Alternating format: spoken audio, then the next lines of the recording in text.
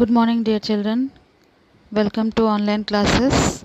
Today we are going to see the remaining part of the chapter 3 of geography. First, our topic is nuclear power. Nuclear power is obtained from energy stored in the nuclei of atoms of naturally occurring radioactive elements like uranium and thorium. So, here atoms means an atom is the smallest unit of ordinary matter that forms a chemical element. Every solid, liquid, gas is composed of neutral or ionized atoms. Atoms are extremely small. Then radioactive elements. Radioactivity means emission of particles and electromagnetic rays from the nucleus of an unstable atom. So here radioactive elements like uranium and thorium. So uranium and thorium. Uranium is a radioactive silvery metal. Uranium is very important element because it provides us with nuclear fuel used to generate electricity in nuclear power stations. And thorium is silvery and tarnishes black when it is exposed to air. It is a basic element of nature like iron and uranium. Like uranium, its properties allow it to be used to fuel a reaction that can run a power plant and make electricity. These fuels undergo nuclear fission in nuclear reactors and emit power. The greatest producers of nuclear power are USA and Europe. In India, Rajasthan and Jharkhand have large deposits of uranium. Thorium is found in large quantities in the monazite sands of Kerala.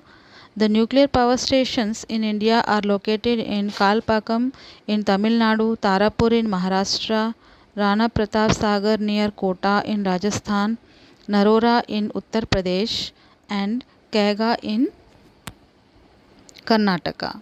So, this fourth line, nuclear fission in nuclear reactors and emit power. What is nuclear fission? In the process of nuclear fission, atoms are split to release that energy. A nuclear reactor or power plant is a series of machines that can control nuclear fission to produce electricity. The fuel that nuclear reactor used to produce nuclear fission is uranium. Now let us see the diagram and understand about the nuclear energy. See in this diagram you can see the nuclear reactor due to heat from fission. When the hot water boils and produce steam, that steam makes the blades of turbine move. The moving blades then turn the generator to produce electricity at the end. Next is geothermal energy. Heat energy obtained from the earth is called geothermal energy. The temperature in the interior of the earth rises steadily as we go deeper. Children, when we go deep inside the earth, the temperature increases. Sometimes this heat energy may surface itself in the form of hot springs. This heat energy can be used to generate power. Then geothermal energy is in the form of hot springs has been used for cooking, heating and bathing for several years. USA has the world's largest geothermal power plant, followed by New Zealand, Iceland, Philippines and Central America. In India, geothermal plants are located in Manikaran in Himachal Pradesh and Puga Valley in Ladakh. See children, here geothermal energy produced when the steam is passed through the pipes towards the turbine start moving. The moving blades of the turbine then turn the generator to produce electricity. Then tidal energy. Let us see what are tides. Tides are the rise and fall of sea level caused by the combined effect of the gravitational forces exerted by moon and the sun and the rotation of the earth. So here you see energy generated from tides is called tidal energy. Tidal energy can be harnessed by building dams at the narrow opening of the sea. So here high tide, the energy of the tides is used to turn the turbine installed in the dam to produce electricity. Russia, France, and the Gulf of Kutch in India have huge tidal mill farms. So, the regular change in the level of the sea caused by the moon and the sun is tides. At high tide, the sea is closer to the land. At low tide, it is further away and more of the beach can be seen. Now let us see biogas. Organic waste such as dead plant and animal material, animal dung and kitchen waste can be converted into gaseous fuel called biogas. The organic waste is decomposed by bacteria in biogas digesters to emit biogas, which is essentially a mixture of methane and carbon dioxide. Here decompose means to decay, that is slowly destroyed by natural chemical process. Biogas is an excellent fuel for cooking and lighting and produces huge amount of organic manure each year. Energy is everywhere, but we can see that harnessing this energy is both difficult as well as costly. Each one of us can make a difference by not wasting energy. Energy saved is energy generated. Act now and make brighter energy future. Now let us see the tick the correct answers. Which one of the following is not a characteristics of minerals? The correct answer is they are inexhaustible.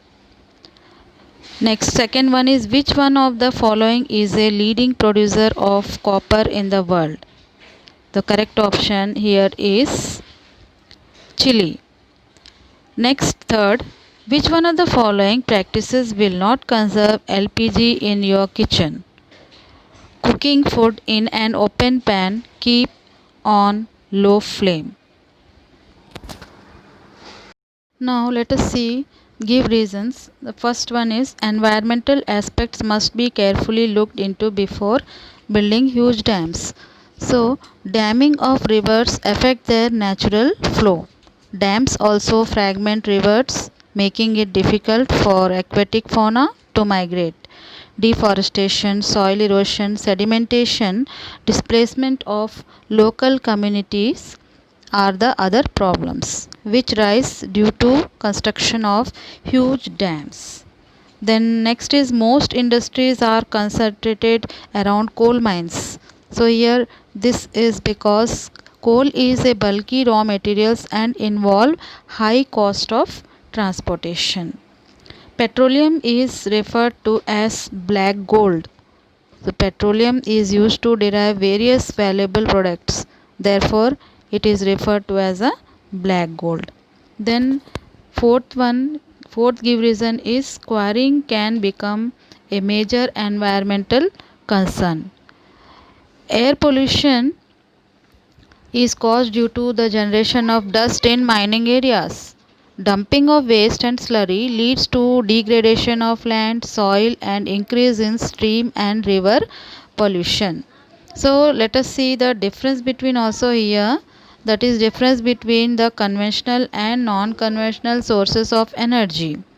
So conventional, firstly these resources cannot be renewed or recycled and get exhausted once they are used. For example, coal, petroleum, etc. Then non-conventional source of energy, these resources can be renewed or used again and again. For example, solar energy, wind energy, water, etc. Now let us see difference between biogas and natural gas. Biogas is produced from dead plants and animal material, animal dung and kitchen waste. But natural gas is found with petroleum deposits and is released when crude oil is brought to the surface. Biogas is produced by a scientific method, whereas natural gas is formed through natural process. Now Let us see the ferrous and non-ferrous minerals difference. Ferrous minerals contain iron, for example iron ore, manganese and chromates. But non-ferrous minerals does not contain iron but may contain some other metals such as gold, silver, etc. Then metallic and non-metallic. Metallic minerals contain metal in raw form, for example iron ore, manganese, etc. Then non-metallic minerals does not contain metals, for example limestone, mica, coal, petroleum, etc. Then let us see the name any three common minerals used by you every day. So you can see aluminum, iron, copper, gold, etc. Then what is an ore? Where are the ores of metallic minerals generally located? Rocks from which minerals are mined are known as ores. Metallic minerals are generally located in igneous and metamorphic rock formations that form large plateaus. Then third question, name two regions rich in natural gas resources. Russia, Norway, UK and the Netherlands are rich in natural gas resources. Next, fourth question is, which sources of energy would you suggest for rural areas, coastal areas and arid regions? Rural areas we can suggest biogas, and in coastal areas wind energy, tidal energy, and in arid regions solar energy and wind energy. Now the last question is, give 5 ways in which you can save energy at home. So you can save energy at home. Switch off electric bulbs, fans when not in use. Use of sunlight by keeping the windows open during daytime. Preparing food in pressure cooker. Keeping the food out of refrigerator 1 hour before heating it on the gas.